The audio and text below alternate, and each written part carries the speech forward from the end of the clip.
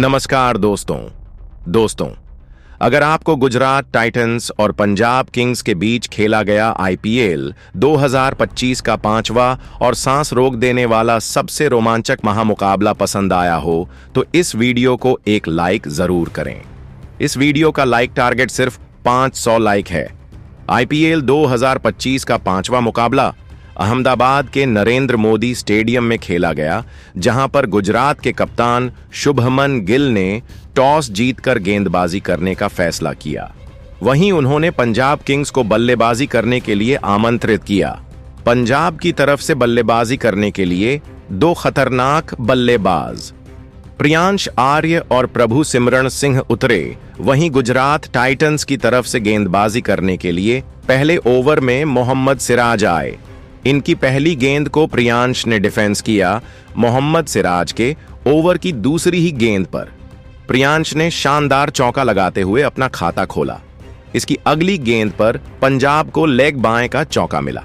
इस तरीके से पहले ओवर में पंजाब की टीम ने 8 रन बटोरे। गुजरात की तरफ से दूसरे ओवर में गेंदबाजी करने के लिए कागिसो रबाड़ा आए, जिनकी अंतिम गेंद पर प्रभु सिमरण सिंह ने एक चौके की मदद से इस ओवर से भी 8 रन जोड़े और टीम के स्कोर को 16 रनों तक पहुंचा दिया। तीसरे ओवर में गेंदबाजी करने के लिए मोहम्मद सिराज अपने कोठे का दूसरा ओवर लेकर आए। मोहम्मद सिराज की प्रभु सिमरान को बिल्कुल भी समझ में नहीं आ रहा था कि चौथी गेंद पर उन्होंने 1 रन दौड़कर पूरा किया और स्ट्राइक प्रियांश आर्य को दे दिया। प्रियांश आर्य ने नए ओवर की अंतिम 2 गेंदों पर शानदार और चौका लगाते हुए अपनी टीम के स्कोर को 28 रनों तक पहुंचा दिया। चौथी ओवर में कप्तान शुभमन गिल ने विकेट की तलाश में गेंदबाजी करने के लिए एक बार फिर से गेंद को कागिसो रबाड़ा के हाथों में थमाया। रबाड़ा शुभमन गिल की उम्मीदों पर बिल्कुल खरा उतरे और उन्होंने आते ही ओवर की पहली ही गेंद पर प्रभु सिमरण सिंह को अरशद खान के हाथों कैच आउट कराकर पवेलियन भेज दिया। इसी के साथ पंजाब की टीम को मात्र 28 रनों के स्कोर पर प्रभु सिमरण के रूप में पहला झटका लग चुका था। प्रभु सिमरण का विकेट गिरने के बाद प्रियांश आर्य का साथ देने के लिए खुद कप्तान श्रेयस अय्यर बल्लेबाजी करने के लिए उतरे, जहां उन्होंने आते ही पहले ही गेंद पर शानदार चौका लगाते हुए अपना खाता खोला।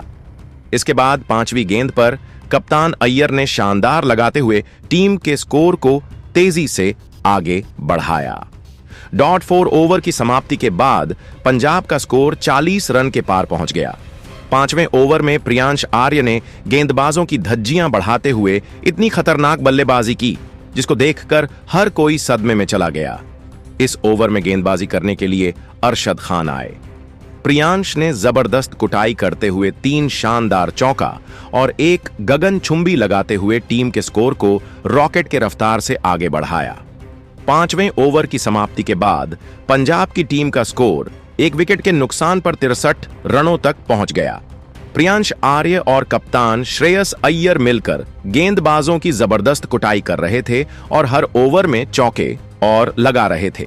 6ठे ओवर में कप्तान शुभमन गिल ने विकेट की तलाश में एक बार फिर से गेंद को कागिसो रबाड़ा के हाथ में थमाया, लेकिन इस बार रबाड़ा का जादू नहीं चल पाया। इस ओवर में श्रेयस अय्यर और प्रियांश आर्य ने मिलकर 2 जबरदस्त चौके लगाए और टीम के स्कोर को 70 रनों के पार पहुंचा दिया। 7वें ओवर में कप्तान शुभमन गिल ने रणनीति बनाई और उन्होंने गेंदबाजी करने के लिए राशिद खान को भेजा। राशिद खान ने अपने ओवर की चौथी गेंद पर पंजाब की टीम को तगड़ा झटका दिया। उन्होंने प्रियांश आर्य को पवेलियन भेज दिया। प्रियांश का विकेट गिरने के बाद श्रेयस अय्यर का साथ देने के लिए अजमतुल्लाह उमरजई बल्लेबाजी करने के लिए आए। आते ही उन्होंने शानदार लगाते हुए टीम के स्कोर को 85 रनों तक पहुंचा दिया। 7 ओवर की समाप्ति के बाद पंजाब का स्कोर 2 विकेट के नुकसान पर 85 रन तक पहुंच गया। 8वें ओवर में कप्तान शुभमन गिल ने एक बार फिर से रणनीति बनाई और विकेट की तलाश में गेंदबाजी करने के लिए प्रसिद्ध कृष्णा को भेजा। प्रसिद्ध कृष्णा ने शानदार गेंदबाजी करते हुए अपने इस ओवर में सिर्फ 9 रन खर्च किए और तेजी से बढ़ते हुए पंजाब के स्कोर को धीमा कर दिया। अगले ओवर में गेंदबाजी करने के लिए नए गेंदबाज साई किशोर उतरे। जिन्होंने शानदार गेंदबाजी करते हुए श्रेयस अय्यर और उमरजई को चकमा दे दिया। अपने इस ओवर में साईं किशोर ने सिर्फ 2 खर्च किए। 9 ओवर की समाप्ति के बाद पंजाब किंग्स का स्कोर 96 रनों तक पहुंच गया। 10वें ओवर में फिर से गेंदबाजी करने के लिए प्रसिद्ध कृष्णा उतरे। इस ओवर में उमरजई ने 2 जबरदस्त चौका लगाया और टीम के स्कोर को आगे बढ़ाने का काम किया।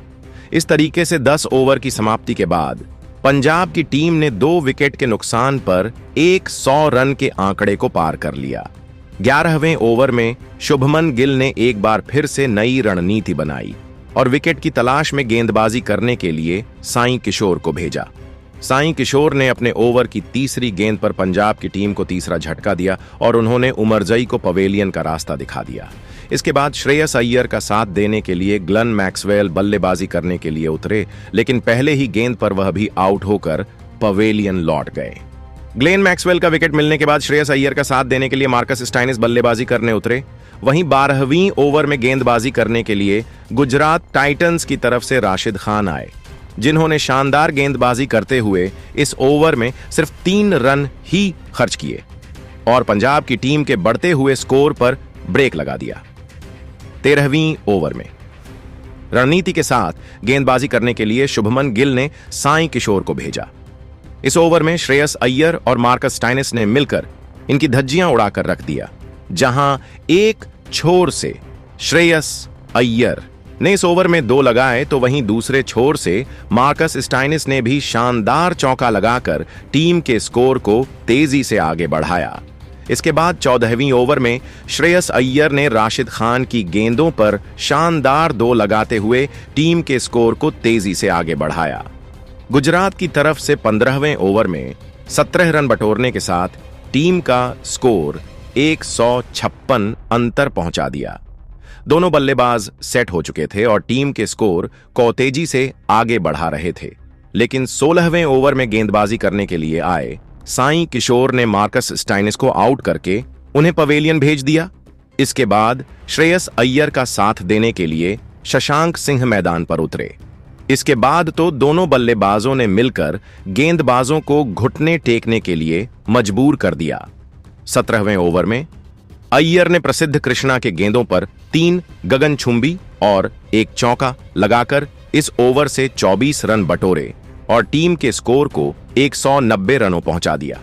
आखिरी के 3 ओवरों में तो दोनों बल्लेबाजों ने मिलकर गेंदबाजों की धज्जियां उड़ाकर रख दी।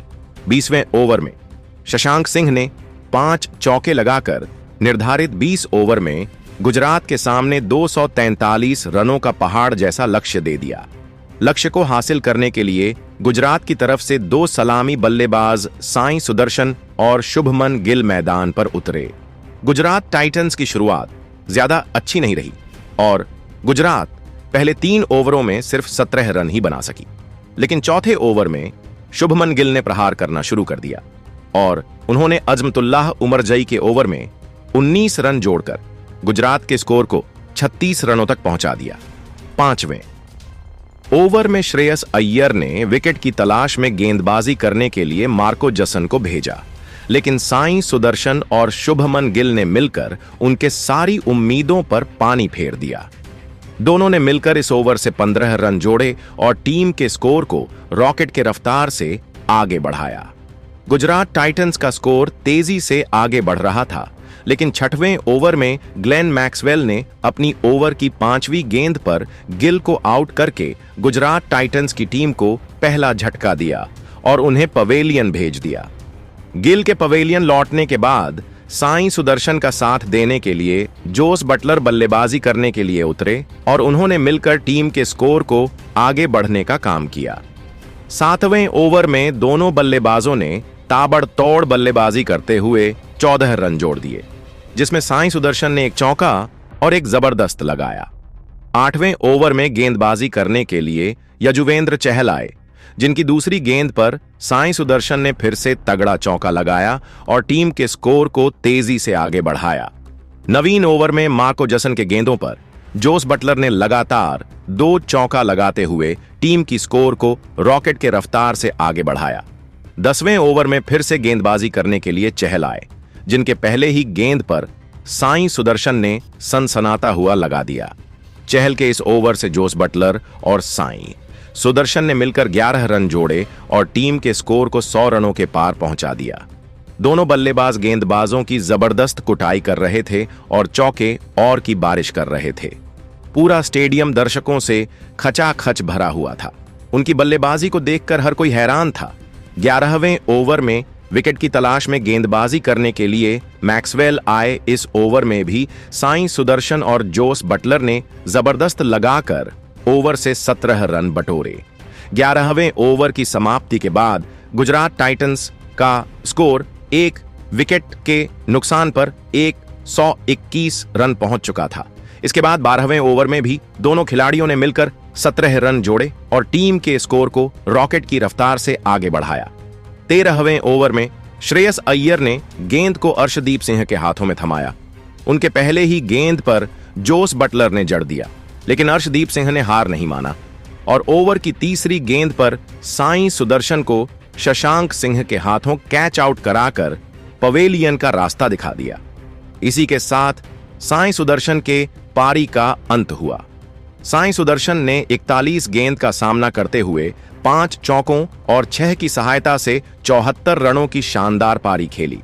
साईं सुदर्शन का विकेट गिरने के बाद जोस बटलर का साथ देने के लिए रदरफोर्ड बल्लेबाजी करने उतरे। 14वें ओवर में रदरफोर्ड ने 1 चौका और 2 गगनचुंबी लगाया। 14 ओवर की समाप्ति के बाद गुजरात का स्कोर 2 विकेट के नुकसान पर 159 रन पहुंच गया था। देखते ही देखते हैं मुकाबला 18वें ओवर में जा पहुंचा। इस ओवर में रदरफोर्ड और जोश बटलर ने मिलकर 2 जबरदस्त चौका लगाया, लेकिन ओवर की अंतिम गेंद पर जोश बटलर भी मार्को जसन का शिकार हुए और अपना विकेट गंवाकर पवेलियन लौट गए। 20वीं ओवर में गुजरात टाइटंस की तरफ से राहुल टेवटिया और रदरफोर्ड पारी को संभाल रहे थे, जहां पर गुजरात टाइटंस को 6 गेंदों पर 27 रनों की जरूरत थी, लेकिन 20वें ओवर की पहली गेंद पर राहुल रन आउट हो गए। इसके बाद ओवर की चौथी गेंद पर रदरफोर्ड भी पवेलियन लौट गए। अंत में गुजरात टाइटंस की टीम ने यह मुकाबला 11 रनों से हार गई। पंजाब किंग्स की तरफ से सबसे अच्छी गेंदबाजी अर्शदीप सिंह ने किया, जहां पर उन्होंने 4 ओवरों में 36 रन देकर 2 विकेट अपने नाम की। दोस्तों, तो देखा आपने कैसे पंजाब की टीम ने श्रेयस अय्यर की धमाकेदार पारी और अर्शदीप सिंह की खतरनाक गेंदबाजी के दम पर यह मुकाबला अपने नाम कर लिया। श्रेयस अय्यर के बल्लेबाजी को 10 में से कितने नंबर देंगे? आप खुद नीचे कमेंट करके जरूर बताइए। और क्रिकेट जगत से संबंधित ऐसी नई वीडियो के लिए हमारे चैनल को सब्सक्राइब जरूर करिए। धन्यवाद जरूर करिए। धन्यवाद।